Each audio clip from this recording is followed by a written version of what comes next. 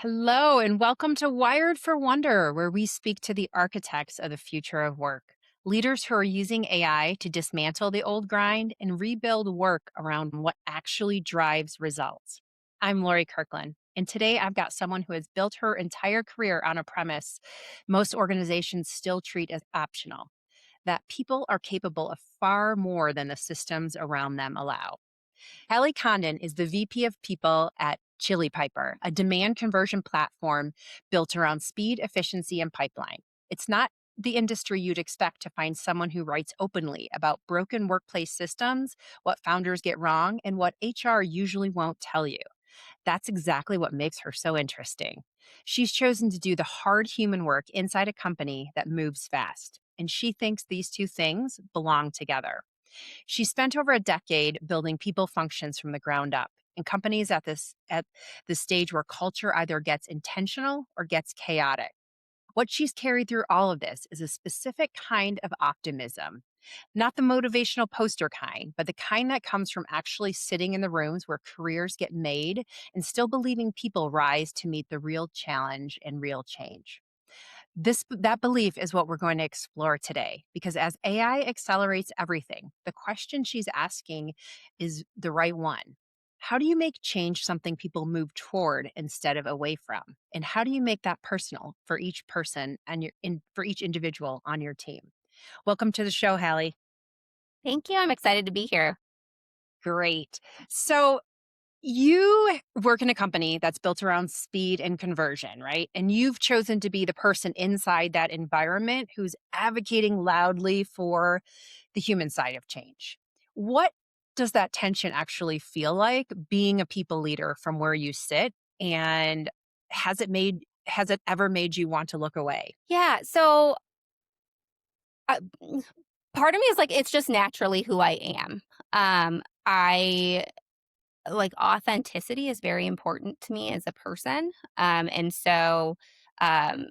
even when I'm like, if, when I'm interviewing for positions I want to work at, I am interviewing the company for openness to that kind of pushback and authenticity.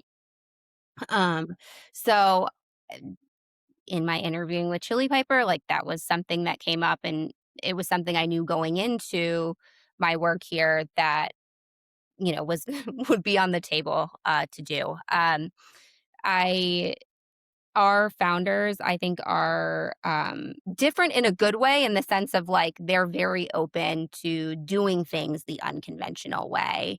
And that includes, how we look at the people function and how we think about the work environment for people within the company. And so, yeah, I feel very lucky to be in that kind of environment. It almost is like it's easy where one wouldn't expect it So to you're be. not really seeing the tension so much as you actually have support of leadership. But I imagine within the operations teams and as you guys are building, right, that tension between, wait a minute, this is the process we've laid out, and these are the people we have, that comes up pretty regularly, especially now that we're all in really fast changing times. Yeah. Does that ring true for you? Yeah, for sure. And I think that there's still, that element of like startup environment kind of like that's sort of, whether, we call ourselves a startup anymore. I think we still definitely like have that at our roots. And it's definitely a strong part of our culture. But with that, right, like there's an expectation from the individuals that work here on like what it is that we need to deliver and how quickly it needs to be delivered and things like that. And that's really where I think maybe the tension comes in is like trying to make sure that we're really balancing um those things, in the best possible way. Um yeah. Well, that's amazing. And in our last conversation, you said something that I have heard very few people say, which is that you actually think change is novelty and kind of fun, and that you really thrive in that type of environment. What are some things that you do to help kind of reduce the fear that others who don't look at change the same way. What are some things that you just maybe you do naturally? Maybe they're your special gifts. Maybe they're strategic plays you put into your business. But tell me a little about how you bring others over to accepting change. Yeah. I think this goes back to I mean, we talked about this a little bit prior, is like, I I don't like I have a risk aversion to some things, but when it comes to, like, changes that are meant to, like, benefit me, um, I have less risk aversion to them. I think I have less, risk aversion to work-related risks, or trying new things and failing at them, mostly because I also know that I generally learn the most during those periods of time where I fail at things, and so I think that's probably in the back of my mind. I think I also sort of naturally have that mindset of, like, things are going to work out, and so it it makes me less nervous about taking that risk a lot of times, um, but I think that the other thing that I have probably naturally, like, so I'm neurodivergent, I have ADHD, so, like, as part of that, challenge, like, novelty, those are things that, like, really motivate me, and so oftentimes, like, especially in a time like right now, I'm just like, "Oh my god, there's all these things to do." I like It's there's so there's fun. not It's yes, it's so like there's fun. not enough time for all of the things that are, like, in my brain now of like, "Oh, I can do this thing that I could never do before." It's, like, unlocked all of this, like, these additional, like, new paths. But I think a lot so I guess to distill down and for, the average person potentially, I think that really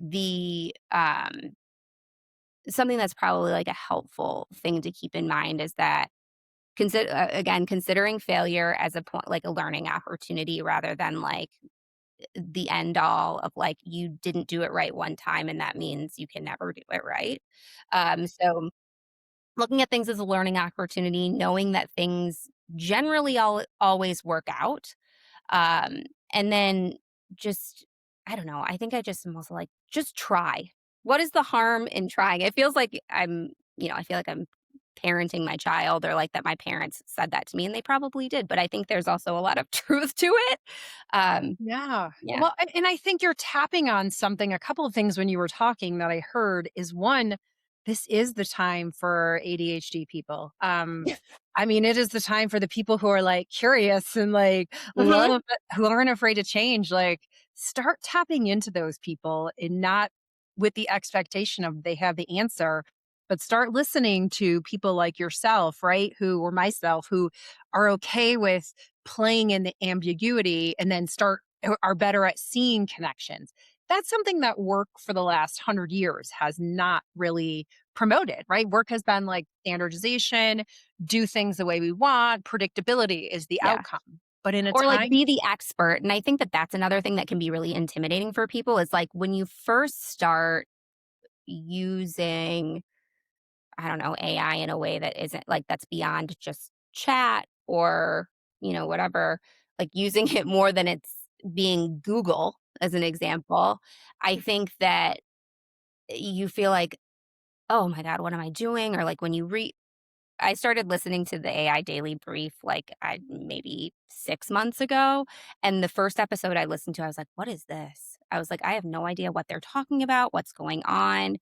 But you quickly like, the more you kind of expose yourself to it and try it, the faster you start picking up on on things, and nobody expects I think the other thing too is, like, no one expects you to be an expert or, like, know everything you're doing the first time you try doing it, and that's okay.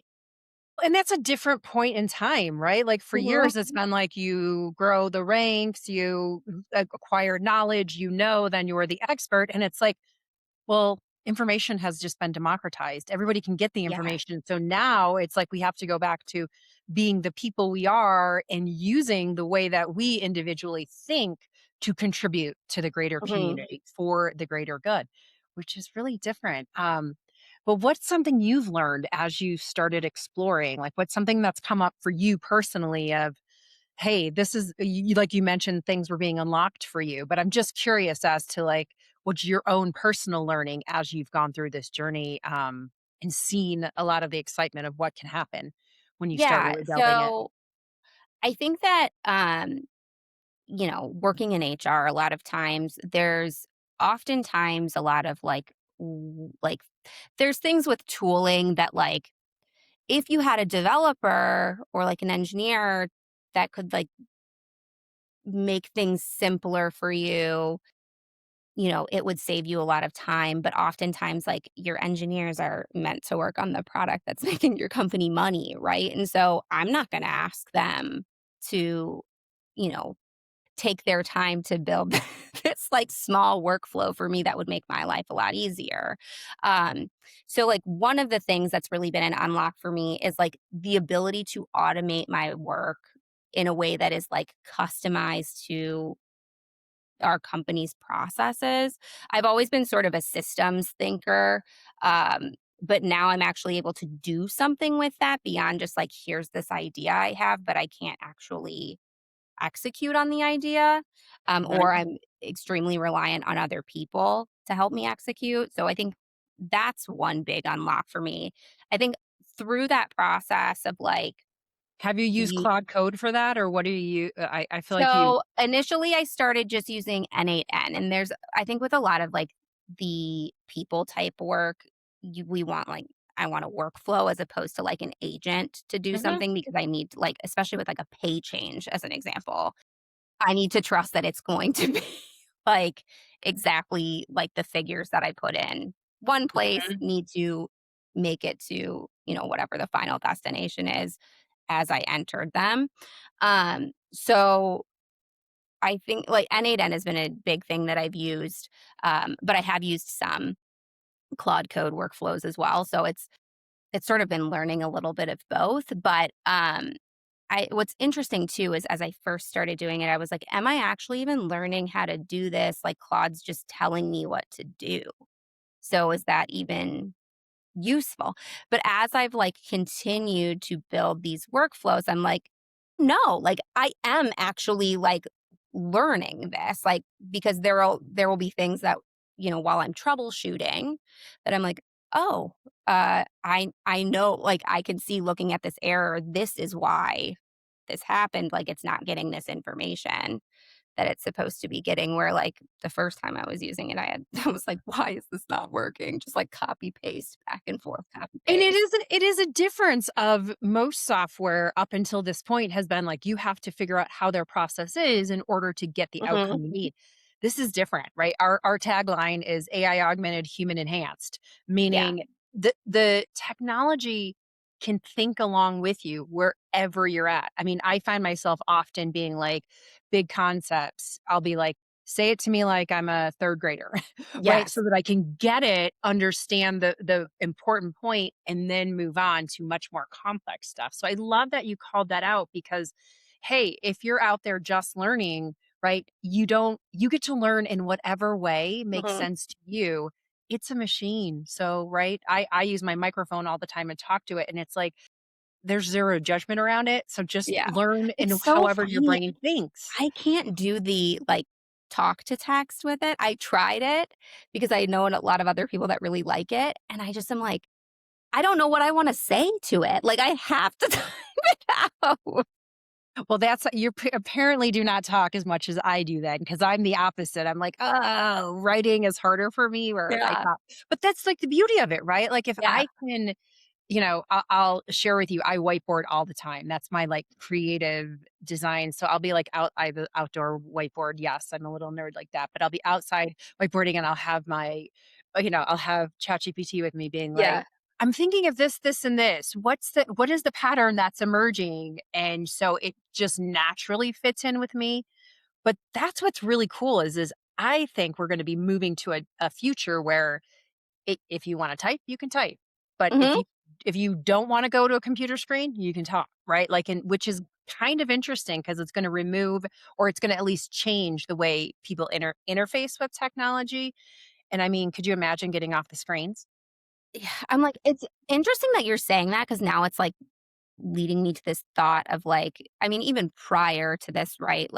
There's been a lot of, talk within employee experience about like personalizing the employee experience more. And it's really interesting to think about how AI sort of fits in that and how like I guess the setup of your particular AI instance as an example within your work environment, like how that will be personalized as we move forward. I'm like, I have no idea anything about that, but I'm like It- super interesting and a note that I am making in my own head to think more Here, after this I'll share an example conversation. with you. So I got to be a challenge advisor for two graduate student MI machine learning and AI grad students through this. It's called Breakthrough Tech at Cornell in Mhm, last semester, and we built prototypes for like think a couple years out for wearables that could sit behind your ear and they can read brain waves, so you could determine if somebody in the prototype was around engagement. So is somebody engaged or not engaged? And you could tell that through different EEG mhm. signals.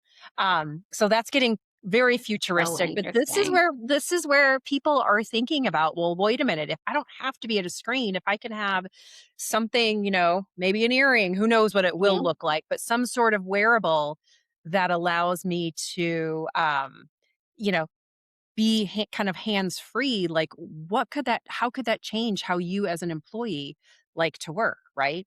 Like your Yeah. ADHD, I imagine you're not a good at sitting for very long. Oddly, I can be Okay. if I am, like, hyper focused on what I'm working on. So, yeah, it's again, like, my issue is mostly around, like, regulating my focus. So, like, if it's something like AI right now, it's, like, great, but problematic at the same time because it's like I I should be modeling work-life balance, and, like, I want to have work life balance, but, like, there's so much I can do. So I'm like, like, after work sometimes, after I put my son to bed, I'll, like, get back on the computer. I'm like, "Let me just try this one thing really quick."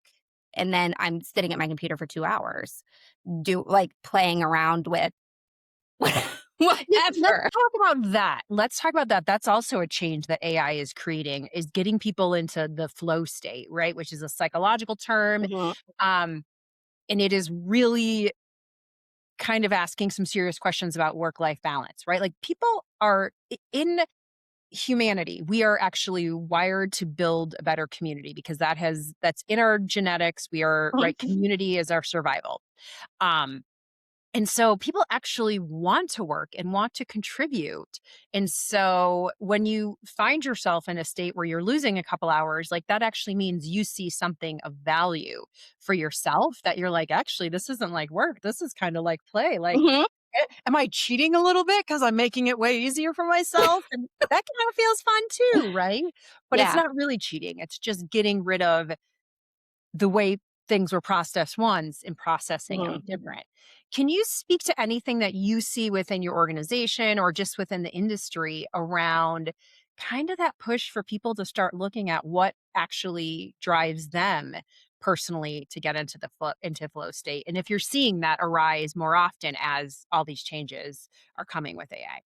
Yeah, so I think like any company, right? Like we want employees to use AI.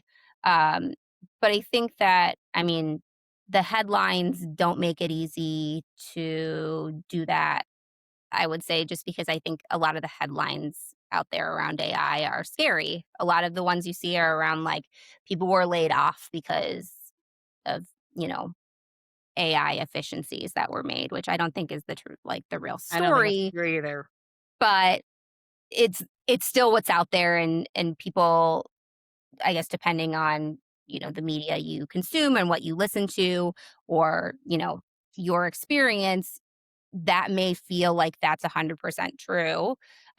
So we you want to tell a story, right, to employees around like how is your company looking at AI? How are like are you are you trying to, look for efficiencies so that you can downsize headcount or, you know, that's not what we're doing. The story that we're telling our employees and what we're making movement towards is the idea that um, we want to utilize AI to take away the work from people that really drains them the work that people don't like or don't find joy in, and allow them to reallocate that time to things that really bring them joy, or the things that, you know, they can create the most impact with. And so we actually have launched this program that we're piloting right now called Zone of Genius. And so we're helping employees figure out what their sort of zone of genius is, or the areas of work where they bring outsized impact. So that people are kind of like going into this with that mindset of like, okay, if I get AI to do this stuff, okay, well, what does that leave me to do? Or what should I be spending more of my time on? So that, sort of helps people directionally with figuring that out too.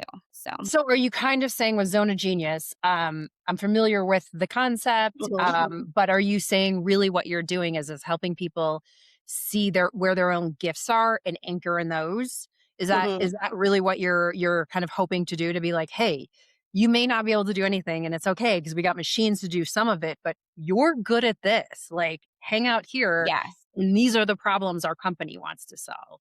Is that kind of Yes. what you're saying? Yep. Yeah. So, like, where are you bringing the most impact within the business?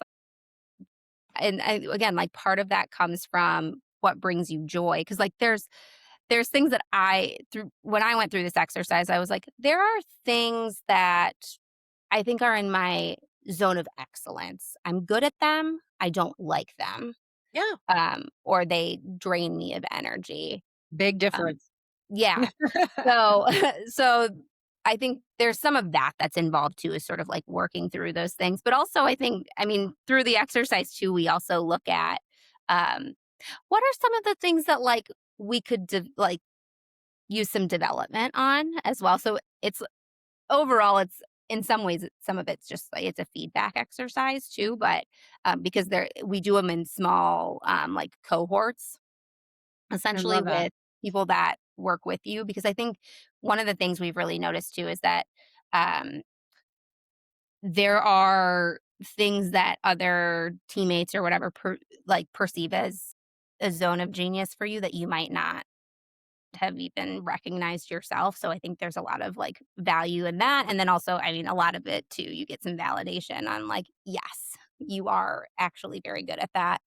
Um, so yeah, that's been like it's been an interesting pilot. And so I think we plan to continue it after our Good, pilot. good. Now tell me on that, because when you get to talking about, Zone of Genius, right? That actually then it brings the individual's skills up to the forefront, right? Which then Mhm. means leaders, right, have this opportunity to respond to it or not.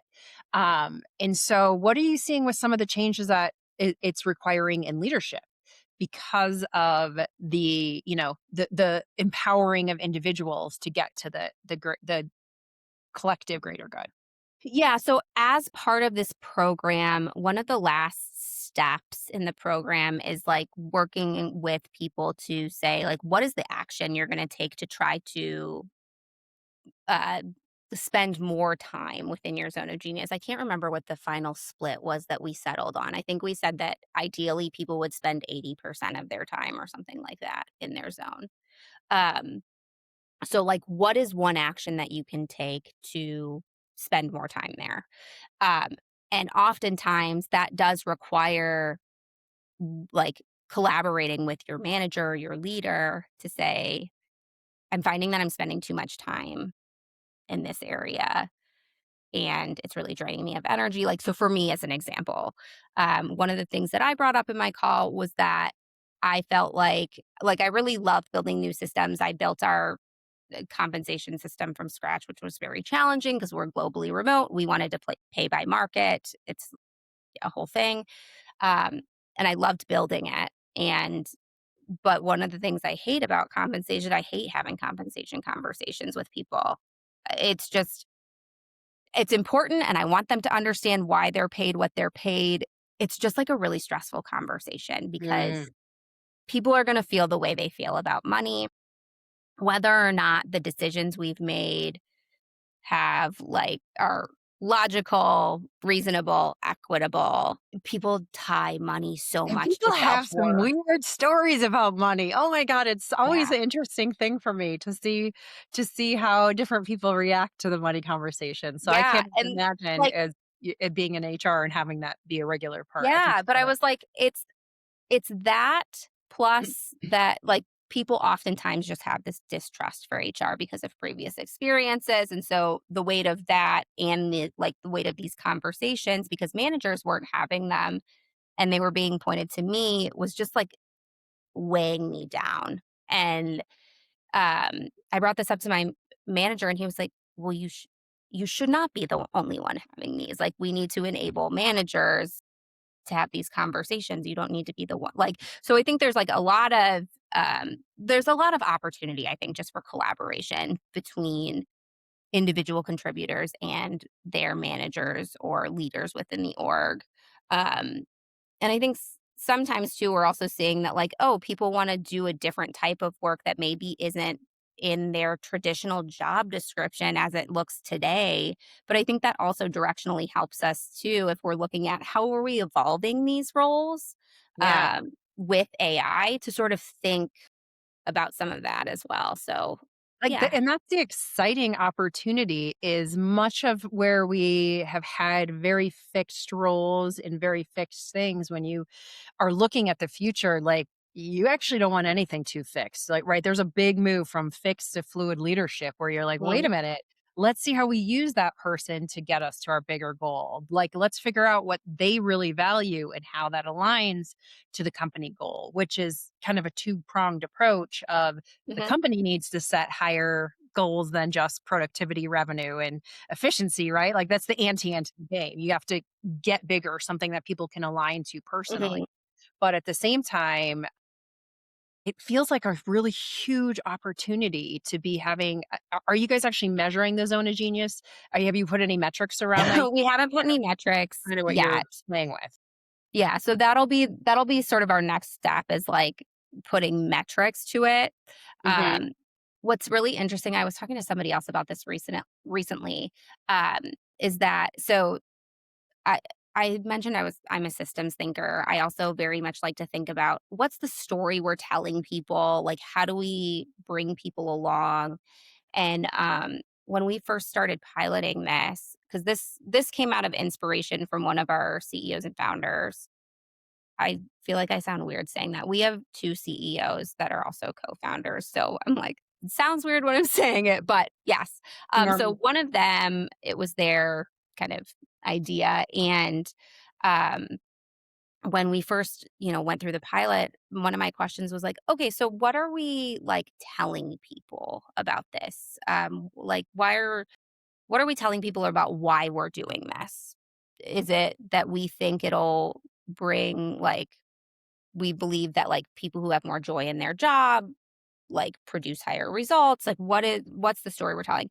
And, one of our CEOs, you know, looked at me and was kind of like, "We would do this regardless of if we thought that it actually impacted results because we think it's good for people." Oh, I love Which that. is, like, just Yay. super, Yay for like I know. CEO. Yeah, which is so, like it's not like that's not a common thing that you hear, but I guess that maybe gives some explanation to it as far as, like, why I don't necessarily have, like, the metrics that we're potentially using for it is because this is one of those odd scenarios where I didn't have to get like, buy-ins by, like, No, I hypothesizing was what the asking potential because I metrics are. I 100% think that where we're moving to is, people are our most expensive cost center in any business. And somehow, though, in business planning, probably because we've been working in the industrial revolution, very fixed, predictable ways, right? Mhm, Like we've like just kept people out of it. And you're like, wait a minute, people have are systems as well. And there's such opportunity to do things like, hey, let's instead of the energy being draining from my people, mhm, let's actually have it be motivating. And that compounds just like bad energy does, right? So I was actually kind of curious and hoping you had yeah, metrics because I don't think there's a lot out there, but I see that in the near future, like year to 2 years. So, think about yeah, publishing some data on this. I think that we're gonna start seeing the people component measured differently, and I love the idea of of measuring how much time Mhm. are you spending in your zone of genius, and then correlating that to value of the organization. Like, that could be a brilliant way to measure Mhm. that feels very intangible, but is honestly affecting people's work habits and how engaged they are every day. Yeah. I think it's interesting too. I feel every year I feel like there's, like, moves further and further away from, like, engagement as, like, one of those, like, gold star metrics. Um, and one of the I don't know the answer to this, but I'm just like, what will the next metric be? Like, what how will we yeah, I just am I hope really it's curious. around flow or like, right? Like something that's much more outcome driven versus engagement because engagement I mean, I don't know. I feel like every leadership team knows how to cheat on that now to get the engagement to where they want it to be. And it's just never really felt holistic. It felt like it No, it gave feels a like, what are we measurement, but really it always looking for with this? felt false. Yeah. Yeah. Yeah. Yeah, Well, I all also right. think, So like, it looks different for every person too. well, it Mm, does, but going back to your systems thinking, there's a lot of commonalities too. Like true. that's what's beautiful about humanity is like you can look back 1,000 years and see, wait a minute, we're in the same place we've been at, humanity has been at before, even as I'm completely an individual person, Mhm. right? Overall, there's Yeah. definitely some systems and patterns. I just don't know if we've explored it in the work world, which is kind of a wide open opportunity. Yet again, another change that is just, like, interesting and something, like, fun to explore. Yeah, yeah. Okay, so for my last question for you, if you were to think about if you were to give advice to the people who are listening and you were to tell them what you think are the three top human skills people should be working on now in this time of change, what would your advice be? I feel like I keep seeing this word popping up more and more, but I think that, like, and I don't actually, I think it's maybe a skill. Um, I think empathy and compassion are Mm. both, I think, both for people and for yourself. Um, I think are really important, especially during a time when there's a lot of change. I think having compassion for yourself can be really beneficial. Um, so I think that that would be a skill that I would definitely like put some time into. I think that it's funny because the things I'm like thinking, I'm like, is this a skill? I think that um, I think creativity and like being able to articulate your ideas is another thing that right now is probably would be a skill that is useful just in terms of like utilizing AI, right? Uh, because there's really so much you can do if you can explain what your idea is. AI can take you so far. I'm just saying. Make it Um, real concise and easy to consume for other yeah, people. I love that. yeah. I think those would maybe be the key skills. I think that a lot of it just comes down to, right, like, again, it's that willingness to try. Like, be curious, Mm. don't be afraid to do something wrong. I mean, obviously, be calculated, right? Like, don't go and put your company's entire database out on, like, public AI, but, like but, try things. Just Yeah. try and be okay with not getting it perfect the first time. I love that advice. I love your thinking. Super fresh. You could kind of give a lot of ideas that are things that are great opportunities as we look at building the future of work. So I really thank you for being on the show. If our listeners wanted to connect with you, where should we send them? I am on LinkedIn. I'm like, can follow, connect with me there. I'm like, I try to be active. I feel like I've been decently active recently this year. So Good, good. Well, thank you for being on the show, and thank you everyone for listening.